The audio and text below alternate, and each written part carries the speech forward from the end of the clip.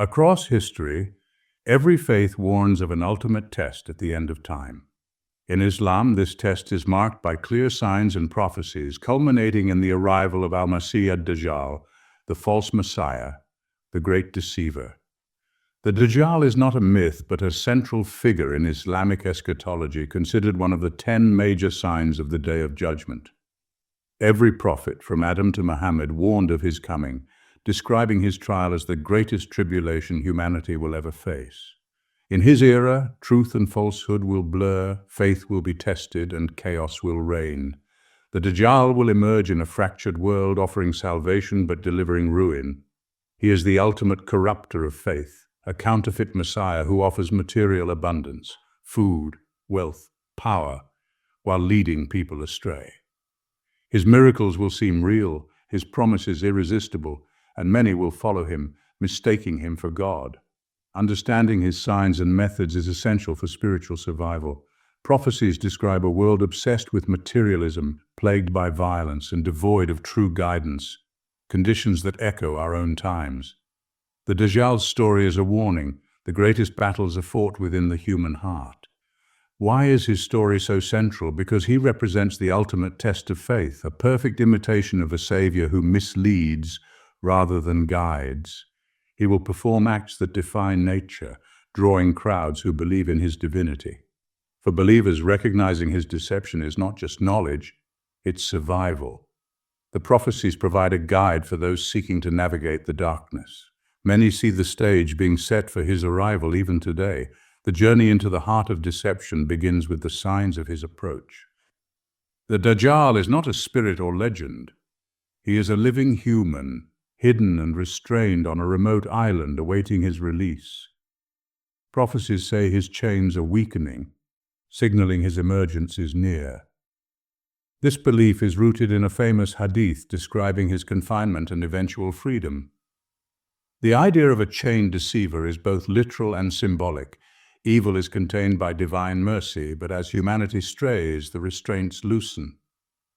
His release will come during a time of global hardship when faith is scarce and people are desperate for a savior. He will emerge from the east, from the region of Khorasan, as the world becomes ripe for his deception. The Dajjal's story warns that our collective actions have consequences. The more we stray, the closer his freedom. His eventual appearance is a reflection of humanity's spiritual state. He is a mirror, using the world we have created to his advantage. The Dajjal's hidden existence is a reminder. Evil waits for its moment, and that moment draws near. The Dajjal's physical description is striking and symbolic. He is large, powerful, with a reddish complexion, coarse curly hair, and a commanding presence. His most distinct feature, one eye, is blind and protruding, the other defective and greenish. This one-eyed nature symbolizes his obsession with the material world and blindness to spiritual truth.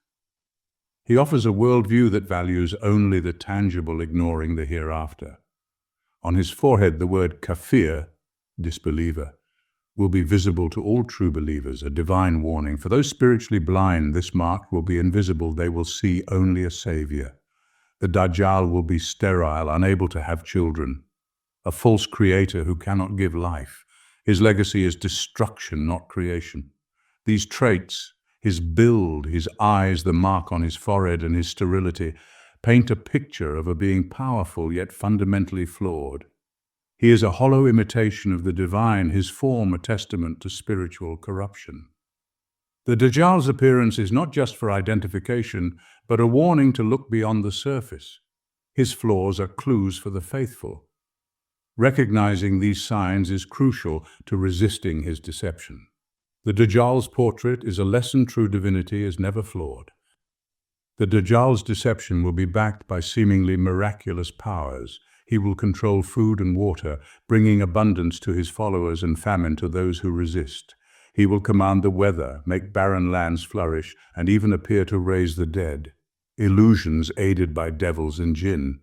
He will present a false paradise and hell, reversing reality. His paradise is hellfire, his hell a true garden. The test is profound. Believers must trust the unseen over their own eyes. He will travel the world rapidly, reaching every city except Mecca and Medina, which are protected by angels. His global reach, once unimaginable, is now plausible in our age of technology. The Dajjal's miracles are the ultimate test of faith, separating those who believe in the unseen from those swayed by spectacle. His power is a grand illusion designed to tempt and mislead. Only knowledge and faith can pierce his deception. The Dajjal's reign is a trial of perception versus reality. The faithful must see through the illusion to survive. Much of what we know about the Dajjal comes from the story of Tamim al-Dari. Tamim, a former Christian merchant, was shipwrecked on a mysterious island with his companions. There they met a strange beast, Al-Jassasa, who led them to a chained giant in a monastery, the Dajjal. The Dajjal questioned them about the state of the world, seeking news of the Prophet Muhammad and the land's resources. He foretold that when certain signs appeared, like the drying of Lake Tiberias, he would be released. Tamim escaped and later recounted his story to the Prophet Muhammad, who confirmed its truth. This encounter transformed the Dajjal from legend to reality for the early Muslims. It served as living proof of the prophecy and a warning of what was to come. The story bridges prophecy and history, making the Dajjal's threat immediate and real. Tamim's testimony is a reminder. The Dajjal is not just a myth, but a looming reality. His release is only a matter of time. The Dajjal will amass a vast following, drawn by his power and promises. His primary followers will be those with weak faith, materialistic desires, and ignorance of true religion.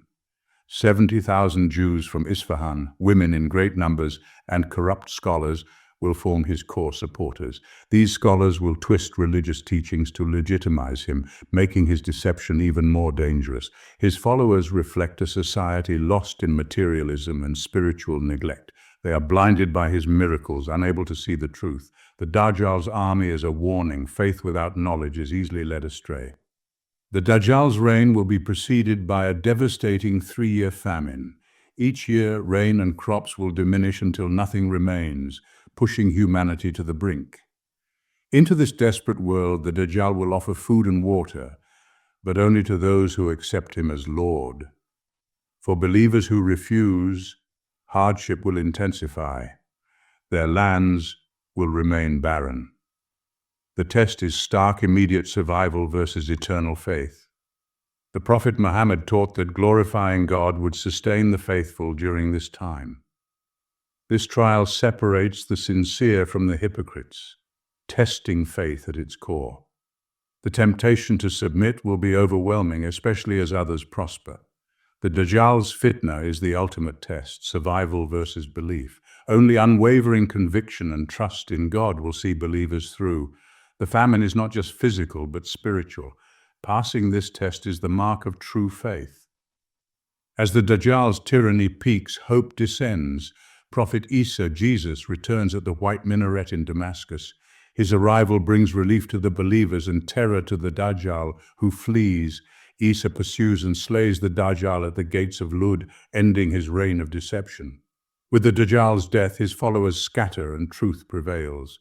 But a new trial begins. Gog and Magog are unleashed, overwhelming the world with chaos. Their numbers are vast, consuming resources and spreading destruction. Isa and the believers retreat and pray for deliverance. God answers, destroying Gog and Magog with a miraculous plague.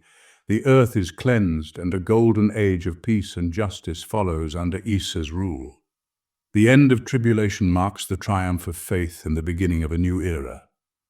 How can believers protect themselves from the Dajjal's deception?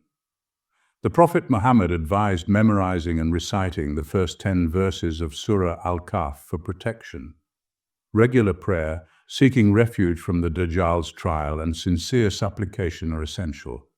Knowledge of the Dajjal's signs and methods is a shield. Ignorance is vulnerability. Strengthening faith, detaching from materialism, and focusing on the hereafter build resilience. Avoiding places of temptation and staying far from the Dajjal are practical steps. The story of the Dajjal is a warning, but also a call to hope. With faith, knowledge, and prayer, even the greatest deception can be overcome.